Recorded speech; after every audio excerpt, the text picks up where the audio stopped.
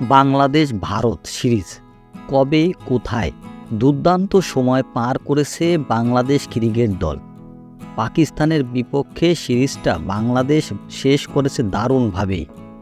প্রথমবারের মতো পাকিস্তানকে তাদের নিজেদের মাঠে দারুণভাবে হোয়াইট ওয়াশ করে দিয়েছে টাইগার ক্রিকেটাররা। তবে খুব বেশি সময় বিজয় উদযাপন করার সুযোগ পায়নি বাংলাদেশ ক্রিকেট দল। 15 দিনের ব্যবধানে আবারও মাঠের ক্রিকেটে ফিরতে হচ্ছে টাইগার ক্রিকেটারদের। এবার পরীক্ষাটা অবশ্য আরও বড়।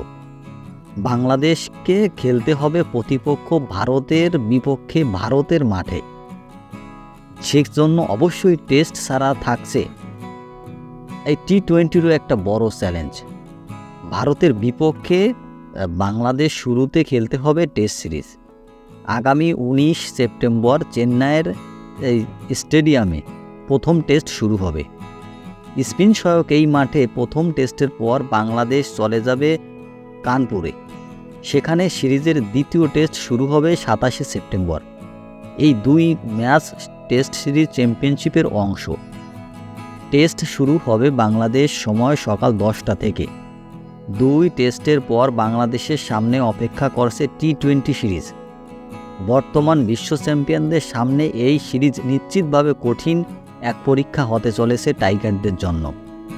6 তারিখ প্রথম ম্যাচ হবে মধ্যপ্রদেশের ধর্মশালায় এবং সেখানে চলছে সংস্কারের কাজ ওই স্টেডিয়ামের। পরের দুই ম্যাচ 9 এবং 12 অক্টোবর শুরু হবে দ্বিতীয় এবং তৃতীয় টি-20 সিরিজের শেষ ম্যাচ। প্রতিটা ম্যাচই বাংলাদেশ সময় সন্ধ্যা 7টা 30 শুরু হবে। বাংলাদেশ এবং ইন্ডিয়া এই সিরিজ নিয়ে আপনার মতামত কমেন্ট বক্সে আশা করছি।